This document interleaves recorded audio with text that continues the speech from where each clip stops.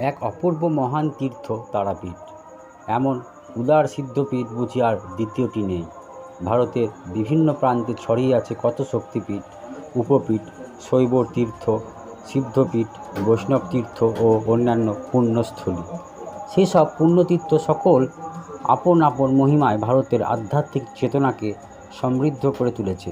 প্রত্যেক তীর্থক্ষেত্রই নিজ নিজ বৈশিষ্ট্য ও স্বতন্ত্রে উজ্জ্বল। কিন্তু বীরভূম জেলার প্রাচীন সাধনপীঠ তারাপীঠের মহিমা যেন সব তীর্থের মাহাত্ম্যকে অতিক্রম করে গেছে। মূলত শক্তি সাধকের সাধনভূমি হলেও তারাপীঠের উদারতা লক্ষণীয়। বলা বাহুল্য, শাক্ত, শৈব, সৌর, গাণপত্য ও বৈষ্ণব সকল সাধনধারার মহামিলন ভূমি হল তারাপীঠ।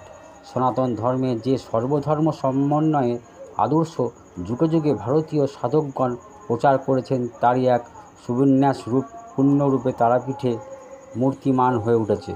বৈচিত্র্যের মধ্যে মিলন হল ভারতীয় ধর্ম ও সংস্কৃতির মূল ঐতিহ্য। ভারত আত্মার বাণী, শাশ্বত শান্তির বাণী, বিশ্বভ্রাতৃত্ব প্রেমের বাণী। সাম্প্রদায়িকতা, মৌলবাদিতা, সংকীর্ণতা, ভেদবুদ্ধি কোনো দিনই তারাপীঠের শান্তিময় পরিবেশকে কুলসিত করতে পারেনি। বিভিন্ন তীর্থক্ষেত্রে যে সাম্প্রদায়িক ভাবের প্রাধান্য দেখতে পাওয়া যায়, তারাপীঠ সেই ধরনের উগ্র ভাবের প্রভাব থেকে সম্পূর্ণ মুক্ত। বস্তুতপক্ষে সনাতন ভারতের সাধনার ধারায় মূল সূত্রটিকে সুন্দরভাবে অনুসরণ করে চলেছে এই পুণ্যক্ষেত্রটি যুগে যুগে